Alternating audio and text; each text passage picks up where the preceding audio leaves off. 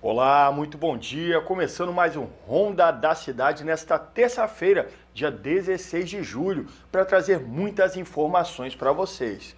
E nos destaques de hoje você vai ver que a escassez de água fez o governo decretar situação de atenção à seca aqui no estado, algo que vem deixando aí as autoridades preocupadas e a gente também.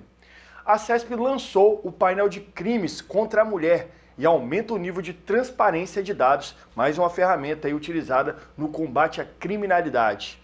Elisângela Ramos traz informações sobre um acordo firmado entre a Vale e a BHP com relação às ações judiciais no exterior do caso Mariana.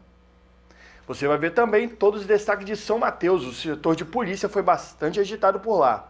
As notícias de Colatina, as notícias de Vitória, de todo o estado, você vê agora no Ronda da Cidade. Pois é assim que começamos, no rádio e na TV. A notícia chega até você.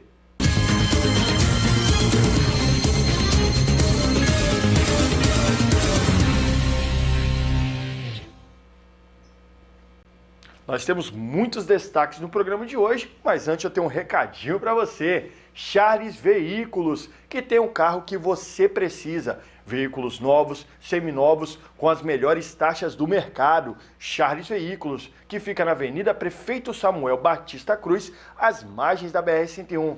Vai lá e aproveite essas ofertas. Nós vamos falar agora do setor de polícia. A CESP lançou o painel de crimes contra a mulher e aumenta então o nível de transparência de dados. A Secretaria de Segurança Pública e Defesa Social lançou o painel nessa semana. E é um painel de monitoramento de crimes contra a mulher. A ferramenta que está disponível na aba de destaques e estatísticas do portal online da Secretaria agrega dados dos principais crimes cometidos contra vítimas do sexo feminino em todo o estado do Espírito Santo. O secretário de Segurança e a gerente de proteção à mulher da CESP falaram sobre o assunto. Vamos ouvir agora. A gente aqui tem um problema grave, né, de enfrentamento à violência contra a mulher e historicamente, né, nós vemos as mulheres sofrendo as mais diversas violências.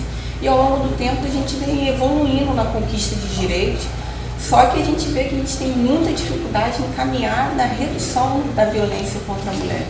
Então esse painel justamente, né, a gente basicamente coloca a transparência dos dados de forma quantitativa, né, da Secretaria de Segurança Pública, para que os outros parceiros também, atores que são da rede de enfrentamento à violência contra a mulher, possam utilizar esses dados como forma de otimizar suas políticas públicas já existentes ou até mesmo, né, olhando o dinamismo que esse painel ele demonstra para que ele possa realmente criar, né, outras políticas públicas com a forma da gente mitigar a violência contra a mulher. Com certeza você direcionar essas políticas públicas, né, quando a gente tem conhecimento das mulheres que estão sendo vítimas, do perfil dela, a gente pode trabalhar mais as políticas públicas voltadas para esse tema. Não só a Secretaria de Segurança, né, as forças de segurança, mas também os outros atores, como por exemplo, né, as assistências das prefeituras,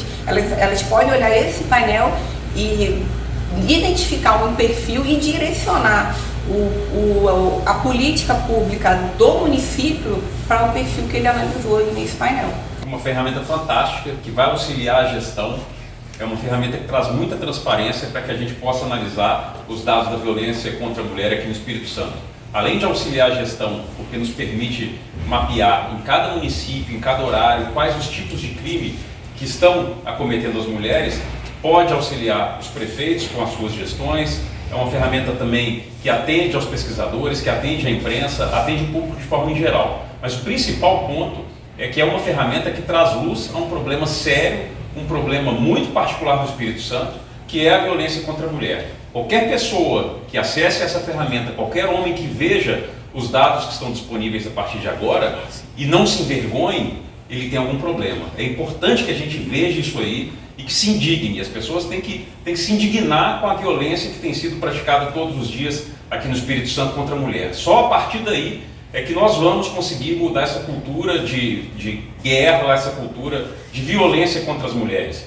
As forças de segurança têm trabalhado muito, nós temos desenvolvido muitas políticas, mas é imprescindível que a sociedade capixaba mude a cultura machista, a cultura de violência contra a mulher. Esse é o principal objetivo dessa ferramenta.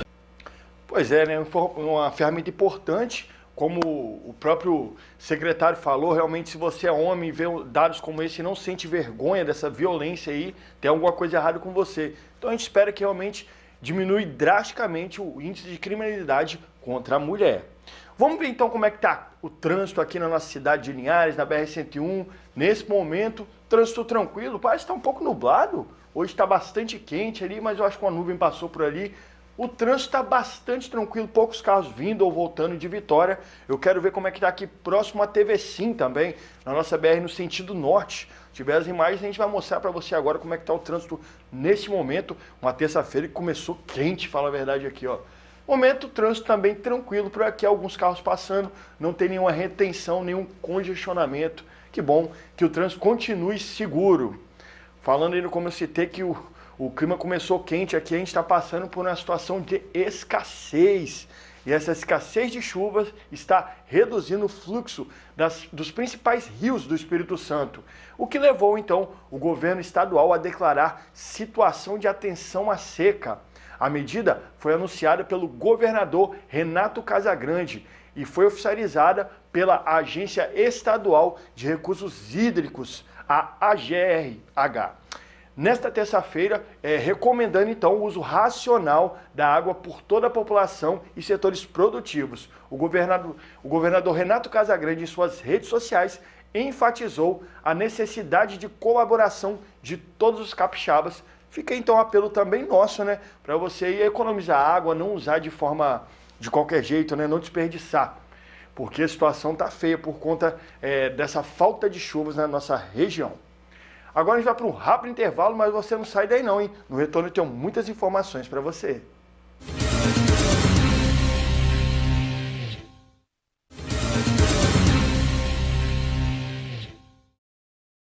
Voltamos com o Ronda da Cidade nesta terça-feira. E olha, hoje também tem ofertas no Chaves. Pode colocar na tela aí, produção.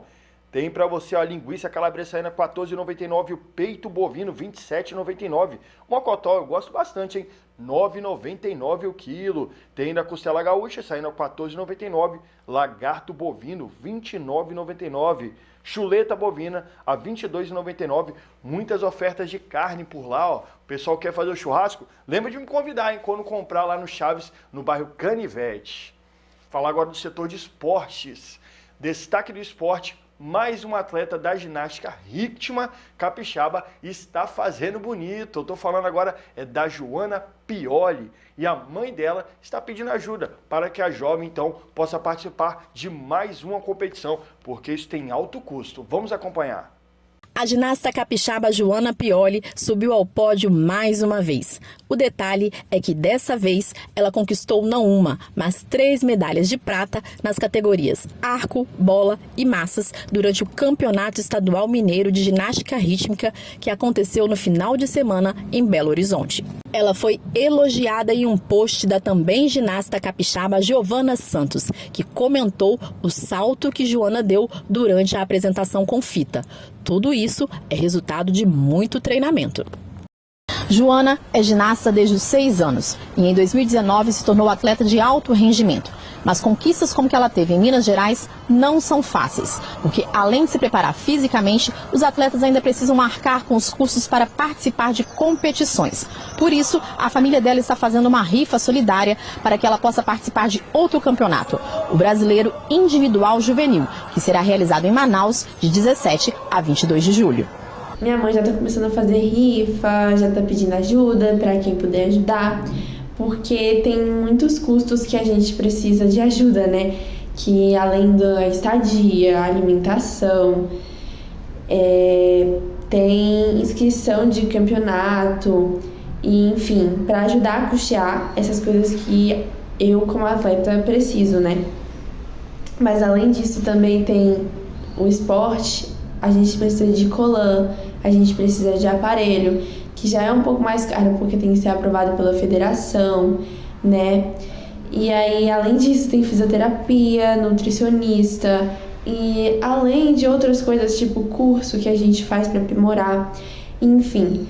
E eu acho que a gente precisa muito de ajuda, né, os atletas com isso, para ajudar a valer a pena, né, todo o sacrifício que a gente faz.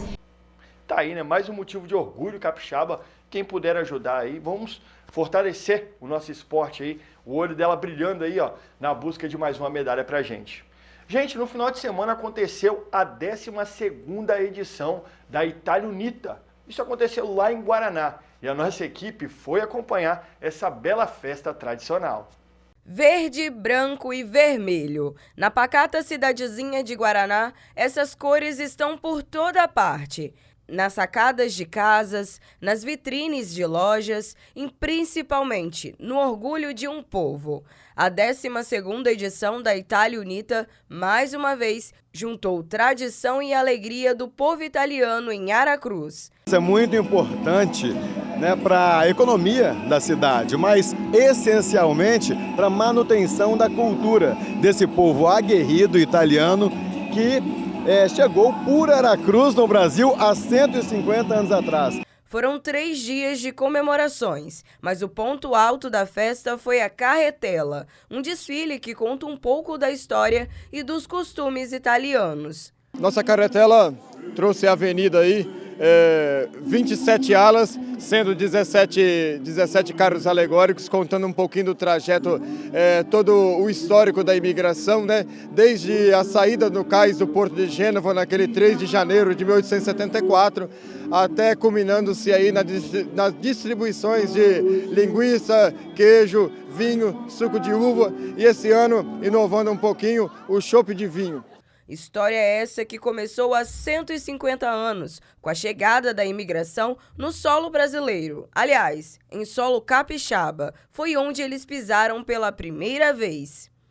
Olha, a história de Aracruz é muito importante para o Espírito Santo, para o arquivo, enfim, pela sua diversidade de formação étnica, cultural, e especialmente por conta da imigração italiana, porque foi tudo aqui que tudo começou. A expedição Tabaque, ela foi trazida da Itália para o Espírito Santo, mas em direção aqui ao município de Aracruz. Antigamente, antes de Aracruz, era Santa Cruz, onde Tabaque tinha a Fazenda das Palmas e ali criou a colônia Nova Trento e trouxe os 388 imigrantes. Essa expedição Tabaque que inaugura a imigração em massa de italianos para o Brasil. Então, a importância de Aracruz nesse contexto é de ser o berço da imigração italiana no Brasil, assim como é o Espírito Santo. Então, porque tudo começou aqui realmente com o Tabaque, com esses imigrantes que chegaram aqui em fevereiro de 1874. Artistas locais e grupos típicos também animaram a festa. Para a gente é uma alegria, né, estar aqui pela primeira vez. Nós estamos aqui trazendo o grupo Brasitar e comemorando ainda os 150 anos da imigração italiana. Para a gente isso é fenomenal. Aqui no estado, comemorar isso é fantástico. E como de costume, diversos turistas de todo o estado também passaram pelo município para curtir, celebrar e ficar com um gostinho de quero mais. Muito feliz com essa festa, que festa bacana, muito feliz mesmo. Eu sei que movimento, comércio, muita gente bonita marcando presença. É um prazer estar aqui, a gente veio em grupo do evento, tá? Dos 3 dias marcando presença e ano que vem a gente com certeza vai estar aqui novamente. A gente tem que ressaltar a comunidade de Guaraná. Como muito bem disse Moisés, sempre aguerrida, sempre unida, sempre com esse grande propósito de manter viva toda a força da cultura italiana em nossa cidade. E essa festa, ela movimenta realmente a economia, não só de Guaraná, mas do município e da redondeza. Poxa, que evento bonito aí, eu acho que a população realmente merece e que venha a 13ª edição aí com essas belezas tradicionais aí da nossa região, ela da Itália, que realmente tem muita presença marcante no Espírito Santo. Falar agora um recadinho do Rogerinho Gás, tá chegando a hora do almoço aí, ó. Toda sexta-feira tem um sorteio de uma recarga de gás para você. Para participar, é só printar a tela do aplicativo Rogerinho Gás e enviar para o nosso WhatsApp, que já está aparecendo na tela para você. E aí, você já estará concorrendo. Não se esqueçam, toda sexta-feira tem um sorteio de uma recarga de gás para você no Rogerinho Gás. Agora nós vamos para um rápido intervalo. No retorno eu trago os destaques de São Mateus e Colatina. Continue com a gente.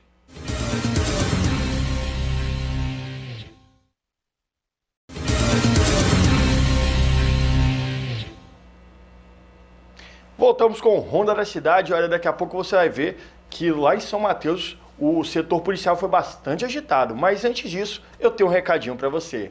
Casa Nova Material de Construção, que fica no Centro Comercial Gaivotas, cobrindo qualquer oferta para você. Vai construir ou reformar? Passe na Casa Nova Materiais de Construção, no Centro Comercial Gaivotas, com tudo para o seu lar. Vai lá!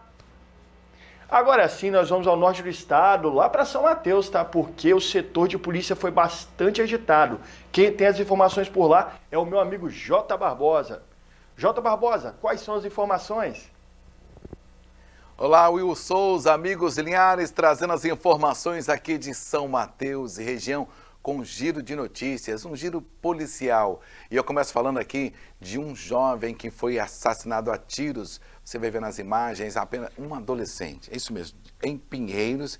Esse adolescente foi baleado, de apenas 16 anos. Foi encaminhado para o hospital da cidade, mas já estava sem vida. A polícia informa de que havia também investigação contra esse menor devido ao tráfico de drogas na região. Outro assunto, 3 homens detidos com arma, inclusive armas, né? E apreendidas essa quantidade de drogas também, essa quantidade de munições. É isso mesmo, esta ação foi do 13º Batalhão da Polícia Militar, em São Mateus, em Guriri, no lado sul. E os homens, 3 deles em um veículo, abordados pelos policiais. Os policiais encontraram as armas e os homens foram encaminhados para a delegacia. Um jovem preso com maconha e crack também em São Mateus, você vê aí, em outra ação da Polícia Militar do 13º Batalhão, tá? Havia também relatos de que havia muito roubos na região e o homem teria roubado na região, com as características da comunidade, as roupas que o homem estava usando. A polícia, fazendo então esse preventivo, conseguiu localizar o homem. E com ele essa quantidade de maconha e droga. Segundo a polícia, ele disse que comprou a maconha e as pedras de crack para revender na região. Um foragido da justiça foi preso no bairro Santo Antônio e essa quantidade de drogas, munições, arma, também dinheiro, muitos pinos para cocaína. O homem era foragido do sistema prisional no bairro Santo Antônio, em São Mateus, e essa enorme quantidade de pinos para a cocaína, toda a droga, a arma, e o homem foi encaminhado à delegacia de polícia em São Mateus. Falando de trânsito, um motorista bateu numa árvore em Nova Venécia com seu veículo. Olha só, o estado que ficou esta picape, não se sabe a dinâmica do acidente, só que o Corpo de Bombeiros, o SAMU, foi acionado para esta ocorrência em Nova Venécia. O homem, motorista, ficou preso às ferragens. Ele foi encaminhado ao hospital da região. A gente não tem informações do estado de saúde deste motorista. Um outro carro que você vai ver nas imagens também, olha só, imagens de vídeo monitoramento. Isso aconteceu em Montanha, tá? Este homem bate num carro que estava estacionado nesta avenida, capota. Ele ficou ferido, foi encaminhado para o hospital lá em Montanha. Segundo a Polícia Militar, né, que atendeu a ocorrência, que foi até o hospital, que deu entrada a um homem ferido devido ao acidente.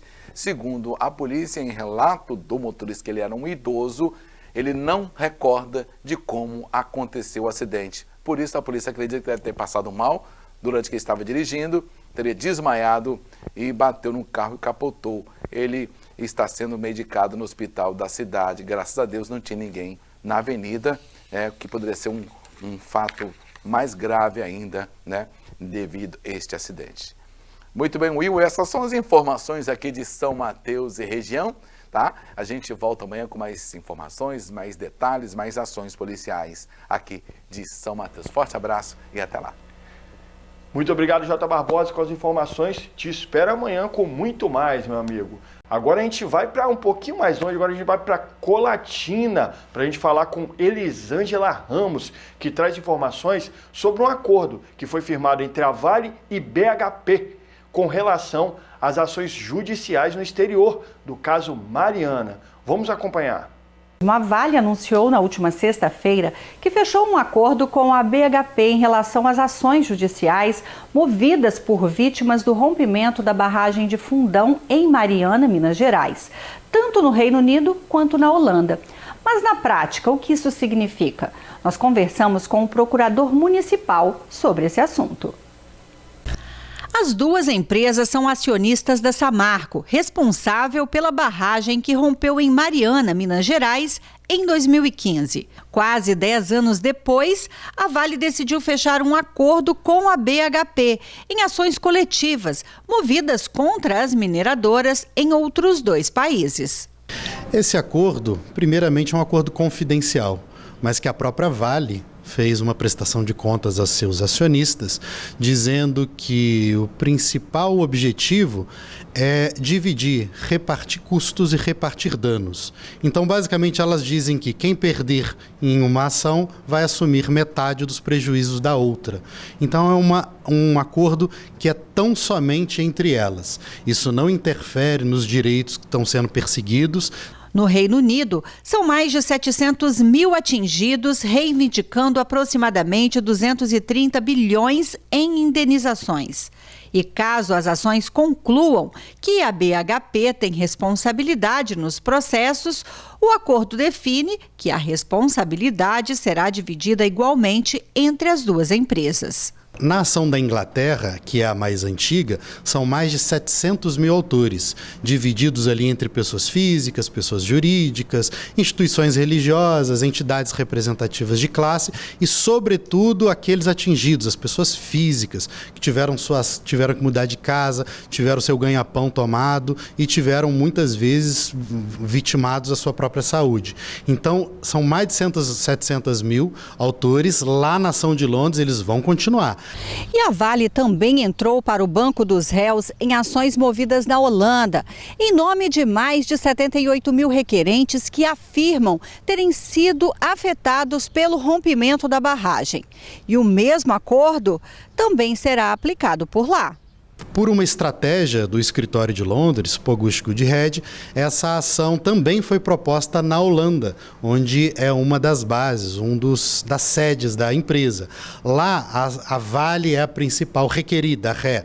Então, lá, a BHP ela é subsidiária. E em Londres é o contrário, é a Vale que é a subsidiária. Então, basicamente, elas decidem entre elas que elas vão repartir os danos, repartir os prejuízos e indenizações que vierem eventualmente dessas sentenças.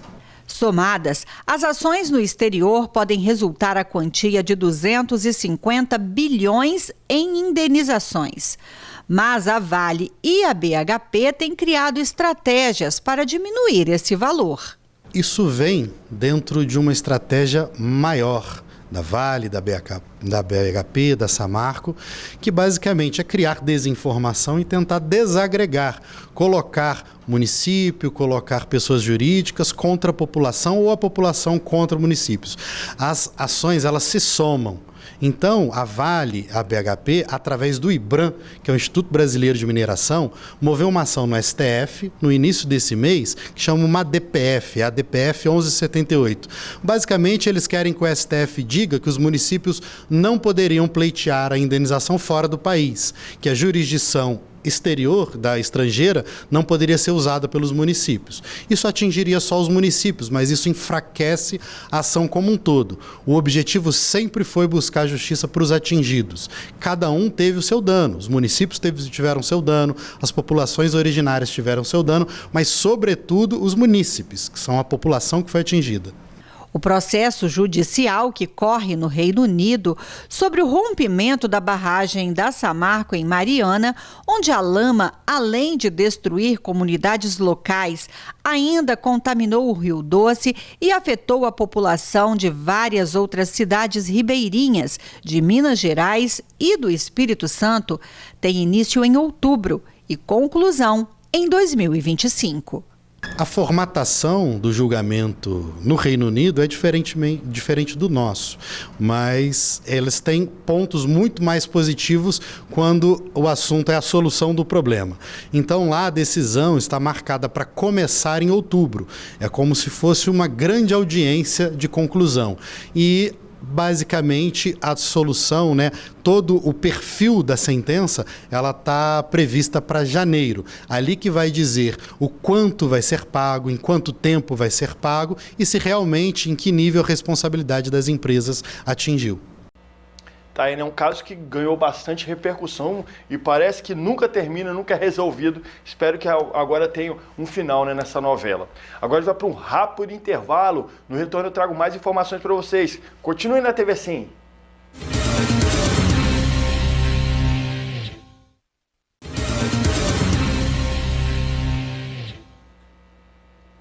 Voltamos com o nosso último bloco do Ronda da Cidade para você e já vou falar do Mercado Ferreira, que está aberto todos os dias no Mercado Municipal. Lá você encontra queijos, vinhos, a melhor carne seca do mercado e muito mais, como está aparecendo na tela para você. Mercado Ferreira, no Mercado Municipal, no centro de Linhares. Vai lá!